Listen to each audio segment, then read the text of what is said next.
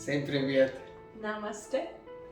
Hi everyone, and in today's video we're going to talk about 5 things and 5 main points we love about Canada, and that's the reason why we decided to stay here.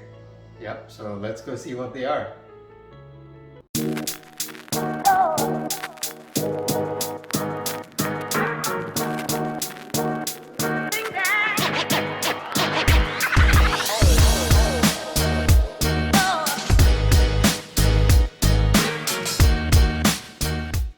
So number 1, multiculturalism.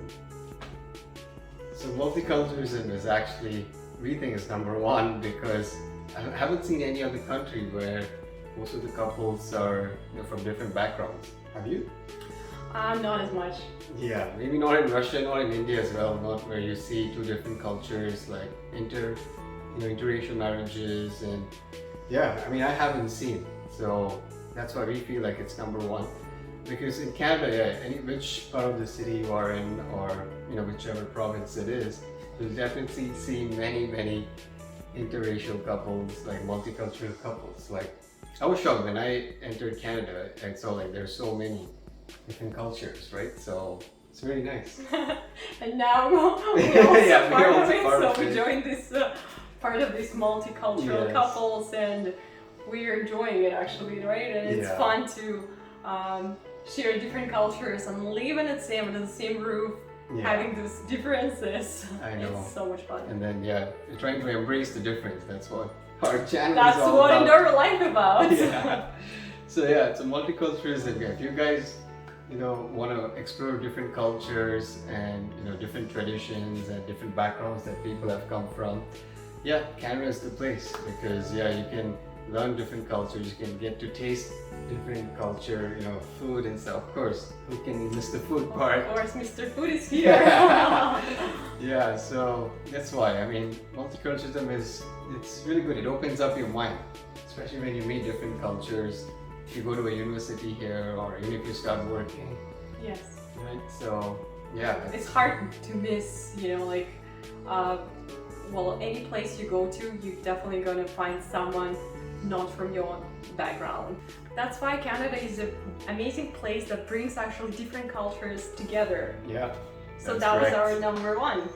And number 2, of course, is nature. If you guys ever seen the map of Canada, you can see that most of the people in Canada, obviously, who can't handle the cold weather, live in the south part. Of course, that's why I live in the south part of Canada. So live in the south part, like close to their border with America. And as you see, the other portion of it is a wildlife. There's a lot of forest, there's a lot of beautiful nature around. And getting back to the point number 2 is nature. So Canada has a lot of wild nature, and that's like a lot to explore, especially if you like to do trekking or going for camping. Yeah. And actually, Amal, for you, it was the first time in Canada when you went for camping, Like ever in overnight your camping. life. Yeah, Yes. ever in my life, overnight camping. Yeah. Sleeping in the night in the woods. There That's could be right. bears, wolves. I And don't know. watching stars, right? Yeah. So that's the best. So there's a lot of beautiful national parks in Canada. There is this Banff Park, famous in Alberta. Yeah. There's a lot of just smaller parks, I think not as famous in Ontario where we're living. And there's so many places to explore, to be honest. I guess the whole life is not enough just to explore Canada itself. Yeah, and in the upcoming videos we want to share some of our camping trips, because now it's summer in Canada, so we will be going for some of the camping trips, and yeah, we can show you some of those videos when we take that, so you can really see how the nature is in Canada, how beautiful it is. Right, and if you think it's camping in Canada as wild as like maybe in, I don't know if you guys from Russia, but in Russia it's pretty wild. Here there's a lot of amenities set up, and it doesn't feel like you're really taken from home unless like you open up your eyes and you see that you are like in the forest in the middle of nowhere, but the rest is taken care of. Yeah, so that sums up at point number 2. Moving to number 3. passport, because you can travel 140 countries. Oh my goodness. Visa free. And that was when the last time that I checked, which was actually last week. Not too long time ago. Yeah. So 140 countries, that's really awesome. So you can just travel visa free. Most of the countries it's 90 days. So yes, 3 months you can stay. Yeah, 3 months you can stay, and no hassle free, like applying for visa, get all your documents and sit and wait and see whether they're going to reject it or approve your visa. Yes, and you also have to pay for it, so every time exactly. you're flying. And it's also normally limited, so you get maybe 2 weeks, or if you're booking it for 2 weeks, let's say hotel or a place where you're staying, then you cannot go over it in some countries. But with 90 days, it's up to you. If you want to stay 1 week, you stay 1 week. If you want to go for 3 months, you just go for it. I know. I would probably leave on the 89th day or in the morning, but yes. It's awesome. 140 countries. Whichever countries you guys have a dream traveling, that's awesome. You don't have to really get a visa, just travel visa free, which is really cool. The only thing is, as you know, Canada is situated remotely from the rest of the world, and in order to travel you have to either travel through Atlantic Ocean or Pacific Ocean or America right down. So unless you're not going to north side of to meet some polar bears, that's an option too, right? Probably they don't ask for passports. You just can go there directly. You can just enter. That's it. So that's passport for us. So Okay, so we have this powerful passport. So when is our next trip and where are we going? Let's see. 140 countries, right? We can just take some. Prepare a bunch of little pieces the way I like to do, and just pick one and go. And okay, let's go then. And number 4 is peacefulness. I have a question for you guys. How much you heard about Canada in headlines? Do you get news about Canada? So when I was living in Russia, I actually never heard about Canada at all. And the only time I would, kind of get some news about Canada, it would be either hockey or Olympic Games that was going on that time in Vancouver. So not much. Yeah, it's true. Even I haven't heard Canada coming in the headlines in Indian newspapers or in Indian news. Like a breaking news, Canada, Yeah. So that's why Canada is actually a really peaceful country. They just don't want to get into anybody else's business. Yes. Right. That's why they're just positioned very conveniently and remotely from the rest of the world. I know, it's true. But even just living in the country itself for about close to a decade. Wow, it's actually going to be 10 years in Canada. Oh my goodness. Wow. That's a long time. Being here for 10 years, it's really peaceful country. There's so much peace just wherever you live. And I think it's also because maybe population plays a role. For sure, I think. But again, it's also the way it's governed or how people people come here from different countries and they try to create that maybe peaceful lifestyle and coexist with each other. Yeah. Actually, I didn't know that. Even I'm learning something new in this video. That's cool. So peacefulness. Peace, but it's number 4. So finally, number 5 is no pressure. What I mean by that is no pressure. What I mean by no pressure is when I was in Canada, when I came as a student, in my class there were students who were actually over 40 years old. Some of them were even over 55. That was really shocking to me because in India usually, when I studied in university, we never had anybody even over 25, I think, when we were 21, 22. So when I saw somebody actually even over 40 years old, I was like, wow, that's really cool.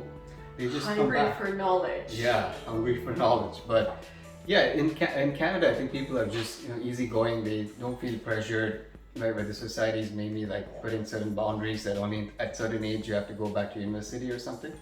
But and also when I was working as a part-time student, there was another young lady, not a young lady, I mean sweet lady. Young lady, Young like lady, that's how you yes. can describe her. Yeah, she was actually 60. And I asked her, so what's your plans? Like, it's September is when most of the universities open. And she was like, yeah, I'm going to go back to university. I was like, wow, that's amazing. Like, she was 60 years old and she's still, hungry for knowledge. Yeah. And she's going back to university. I was like, wow, that really like blew my mind off. So that's cool. Like, there's no pressure. People are easygoing. And yeah, that's what I've seen here. Like, there's no restrictions usually. Yes. And it's just free mind. Like, it's really important, right? So that's really cool. No pressure at all. Right. And of course, they don't feel like there's certain age when you have to go to university, and by certain age you have to study. If you don't, then you kind of miss that opportunity. Yeah. As you see, like your example, where I've seen some people who are like over that age, like like a generic age, like 18 to 25, I think normally when people are students, and they don't feel any pressure, and that's amazing. I always like this open-mindedness in people when they just don't think that there's some kind of limit exists, right? So if you want to study when you're 70 plus and change your maybe like do something different, anything, right? So you always were doing one thing and then suddenly you decided that your dreams are different. So there's no limits to that.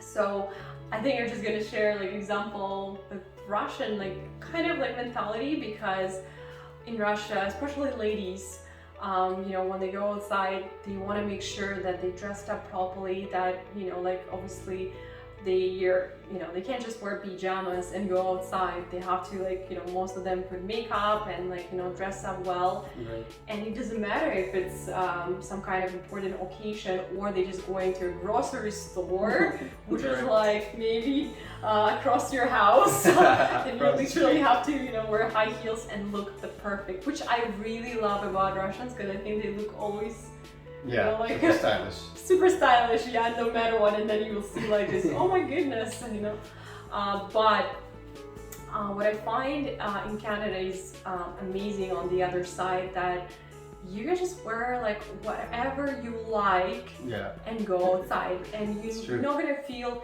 any pressure from people or society, or somebody's like staring at you that you're kind of dressed up inappropriately. Right. Well, unless you're wearing pajamas in some kind of wedding, then probably you're not gonna get that double look, or people staring at you.